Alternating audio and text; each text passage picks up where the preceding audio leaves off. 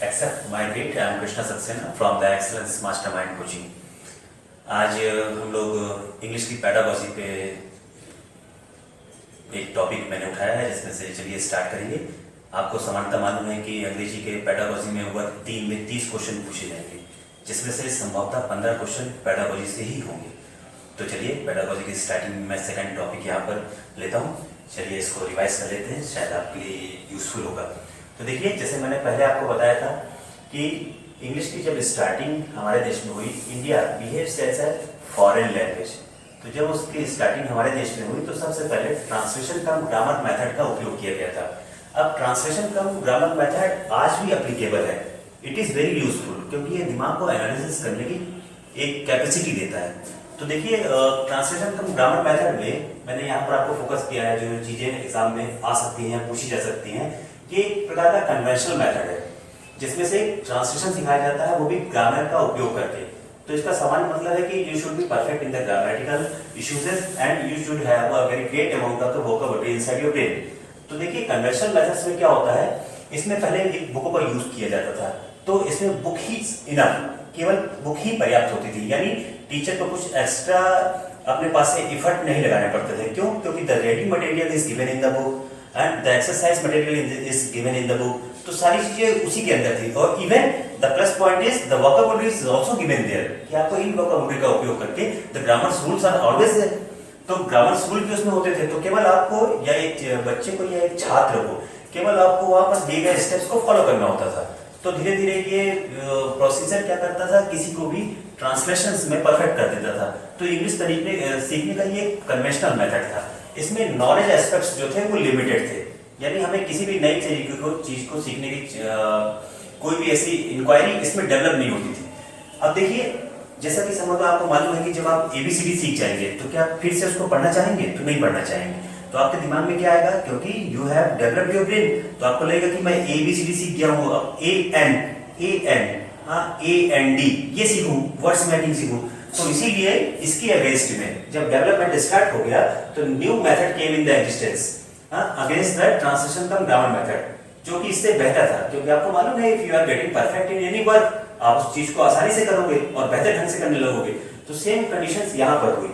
तो उसके इसलिए ट्रांसलेशन कम ग्रामर मेथड की जगह में डायरेक्ट मेथड का एक प्रादुर्भाव हुआ, ये ओरिजिन हुआ। अब डायरेक्ट मेथड जो था that was too much better than the translation cum grammar method. किस एस्पेक्ट्स में बोल रहा हूँ, देखिए, इसका मेन एम क्या था, to establish a bond among thoughts, expression, experience and language.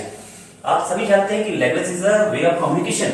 आप सभी जानते हैं कि language is a type of thoughts. आप सभी जानते हैं कि language is whatever you want to communicate to others. आप सभी जानते हैं कि the sentence roaming inside your brain you want to convey to others and that will be understood by someone is language. तो होता क्या है कि यदि आपके किसी भी वक्तव्य में आपके थॉट्स, एक्सप्रेशन, एक्सपीरियंस और लैंग्वेज, अगर ये सब समावेश इनका अच्छी तरह से हो जाए, तभी लैंग्वेज परफेक्ट होती है। क्योंकि लैंग्वेज देखिए एक श्रृंगार की वस्तु है, और श्रृंगार में जैसे आप हिंदी पढ़ते हैं, रस है, छंद है, अलंकार है। सेम अंग्रेजी की भाषा है, फॉरेन लैंग्वेज है, उसमें इसी तरह का होता है। सपोज करिए आप किसी ने गुस्से में गेट आउट बोलना चाहते हैं, तो आप उसको बहुत तेजी से बोलेंगे गेट आउट। अगर उसमें एक्सप्रेशन आपका साथ नहीं दे रहा है कि प्लीज गेट आउट, तो वहां पर आपको जो बोलने के दिमाग में आपको चला कि you are in the angry mood, और आपने बहुत ही पोलाइटली वे में उसको कहा, और जो आप एक्सप्रेस करना चाहते थे वो नहीं कर पाए, तो फिर ये लैंग्वेज नहीं हुई। ये you have changed the order in the request, तो ये फिर लैंग्वेज या कम्युनिकेशन नहीं हुआ। तो इसीलिए डायरेक्ट मेथड का जो मेन सिद्धांत था वो एक बॉन्ड एस्टेब्लिश करना था किसी भी छात्र के थॉट्स, एक्सपीरियंस, एक्सप्रेशंस और लैंग्वेज के बीच में। अब डायरेक्ट मेथड में टीचिंग इंग्लिश, ये जो मेन चीज थी, इसको डायरेक्ट यूज किया गया। जैसा कि आज आप बच्चों को देखते हैं कि इंग्लिश मीडियम स्कूल्स में डायरेक्ट हिंदी की किताबें यूज नहीं होती, डायरेक्ट इंग्लिश को ही उसमें इंट्रोड्यूस करवाया जाता है। छोटे छोटे बच्चों को छोटी छोटी चीजें सिखाई जाती है। अधिकतर देखिए, ट्रांसलेशन का ग्रामर मेथड का भी उपयोग बहुत कम किया जाता है इनिशियल स्टेज में। आजकल छोटे बच्चों को जैसे पोएम, रैम्स और इस तरह से उनको याद कराया जाता है कि what is this called. For example पानी, तो उनको सिखाया जाएगा वाटर। तो ये सब किसका, ये डायरेक्ट मेथड का ही यूज था। और डायरेक्ट मेथड में जो इंग्लिश लैंग्वेज को लिया गया, उसको डायरेक्टली छात्रों को टीच करने के लिए इसका उपयोग किया गया। अब देखिए, इसमें प्रिंसिपल कौन कौन से यूज होते थे, ये प्रिंसिपल्स के कारण ही इसमें इतना डेवलपमेंट आया है। तो सबसे पहले मैं इसमें बताना चाहूंगा कि जो डायरेक्ट मेथड था that is based on the oral system. अब कोई भी मेथड ऐसा जो कि ओरल सिस्टम डिपेंड हो, जिसमें कि ओरल एपरेटस आपके वर्क करते हो। फॉर एग्जांपल यदि आप एबीसीडी पढ़ी है और उसको मुंह से नहीं बोल पा रहे हैं आप, हाँ, तो लैंग्वेज कंप्लीट नहीं होती, you will not get the proper advantage of that thing. तो इस कंडीशन में क्या होता है, आप कहीं ना कहीं नुकसान उठाएंगे। लेकिन डायरेक्ट मेथड में ये था कि जो चीज आप सीख रहे हैं, जिसको आप अपने ब्रेन में यूज कर रहे हैं, that is based on the oral system, यानी उसको आपको कम्युनिकेट करने के लिए अपने मुंह से बाहर निकालना पड़ेगा। तो ये आपको सोचने की शक्ति दे रहा है। फिर सोचने की शक्ति के बाद आप में डिसाइडेशन करता है कि ये दिस इज राइट और रॉन्ग, और उसके बाद जब उसको आप मुंह से निकालते हैं यानी बोलते हैं, तो you will get different types of confidence in yourself. तो ये सब चीजें थी, ये प्रिंसिपल जो कि सबसे ज्यादा महत्वपूर्ण था, इसलिए ये एप्लीकेबल आज भी है ना। अब नेक्स्ट में देखिए, अब डायरेक्ट मेथड जो था that always speed up the growth of the speaking habit. आपने देखा होगा विद्यालयों में, निजी माध्यम विद्यालयों में छोटे छोटे बच्चों को रोज कुछ ना कुछ लिखने को दिया जाता है, और फिर उनको ये तैयार करा जाता है कि you come in front of the other guys and speak whatever you written, जो आपने लिखा है उसको बोल के बताओ। तो धीरे धीरे टेंडेंसी किसमें चेंज हो जाती है कि एक छोटा सा जो बच्चा होता है, छात्र होता है, वो धीरे धीरे मातृभाषा की जगह अंग्रेजी भाषा में ही सोचने लगता है। तो जिस चीज को आप सोच रहे हो उसी चीज को आप एक सेंटेंस में बांध रहे हो, और उसी चीज को आप अपने मुंह से ओरल अपरेटस के द्वारा बाहर निकाल रहे हो। तो this creates a tendency of speeching. तो स्पीचिंग की टेंडेंसी केवल डायरेक्ट मेथड से ही कंप्लीट होती है। तो that's why this was very useful specially in the teaching foreign language और स्पीकिंग फॉरेन लैंग्वेज। अब देखिए इसमें inhibition of the mother tongue between expression and experience. अब कोई भी भाषा आप यदि यूज करेंगे, फॉर एग्जांपल मैं भारत की भाषाएं लेता हूं, कन्नड़ है, मराठी है, तमिल है, तेलुगु है, सब में a slight difference of the reactions और एक्शंस आर प्रेजेंट। सभी में कुछ ना कुछ थोड़ा बहुत एक्सप्रेशंस में अंतर होते हैं। हंसने के एक्सप्रेशंस में, रोने के एक्सप्रेशंस में, या फिर इंपल्सेस आवेगों के एक्सप्रेशन में थोड़ा बहुत अंतर मिल ही जाता है। तो सेम उसी तरह की अंग्रेजी भाषा है, तो इसमें सबसे पहले इन्होंने बोला कि इनोवेशन ऑफ द मदर टंग के एक्सप्रेशंस को और एक्सपीरियंस को इससे थोड़ा सा अलग कर दिया जाए, यानी एक नई तरह के एक्सप्रेशंस जो कि which is related with the English language वो हो और उसको डेवलप किया जाए। तो ये भी बहुत बढ़िया एक इसका एडवांटेज था, जिसने कि अंग्रेजी भाषा को डेवलप करने में काफी मदद की। अब देखिए नेक्स्ट देखिए, इसका मेन ऑब्जेक्टिव क्या था, to enable student thinking in foreign language and establish thoughts through mouth apparatus. अब यदि मैं इंग्लिश भाषा में सोचूंगा तभी तो मैं कम्युनिकेट कर पाऊंगा कि मुझे क्या बोलना है, क्या समझना है, और मैं उसको थ्रू आवर माउथ और ओरल एपरेटस में उसको बाहर निकालने की कोशिश करूंगा।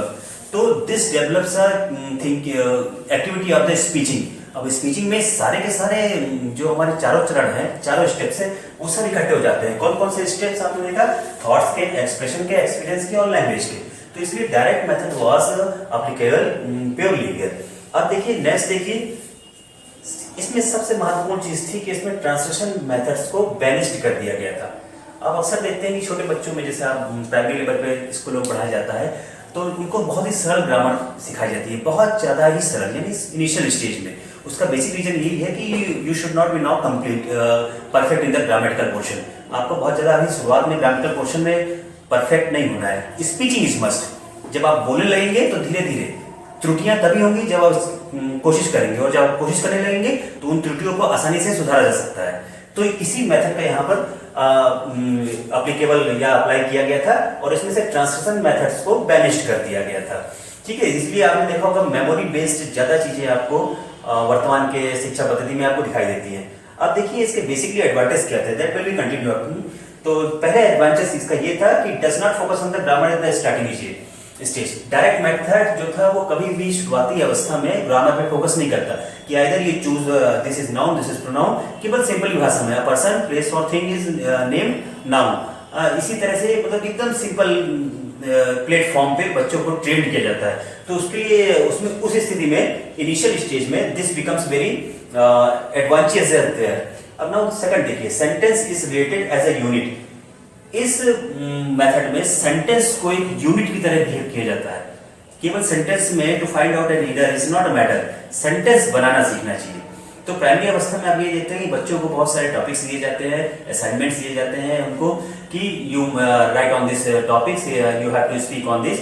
तो इसीलिए दिए जाते थे कि direct method is applicable and that use of the direct method you will be perfect after some time. तो this is the basic advantage of the direct method here. अब नाउ सबसे बड़ी बात इसमें ये थी कि इसमें ऑडियो और वीडियो टीएलएम का यूज होता है। टीएलएम आप समझती हैं, आपने बीएड या डीएड किया ही है।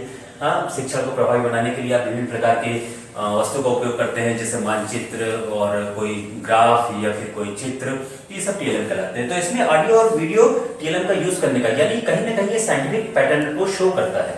तो इसी तरह से जो डायरेक्ट मेथड था that was too much better than the translation cum grammar method. अगर इससे संबंधित कोई भी क्वेश्चन आते हैं तो आप आसानी से उसको माइंड में आप कैलकुलेट कर सकते हैं और मेकअप कर सकते हैं। तो नेक्स्ट वीडियो में फिर आपके साथ, तो के लिए हैव अ गुड डे।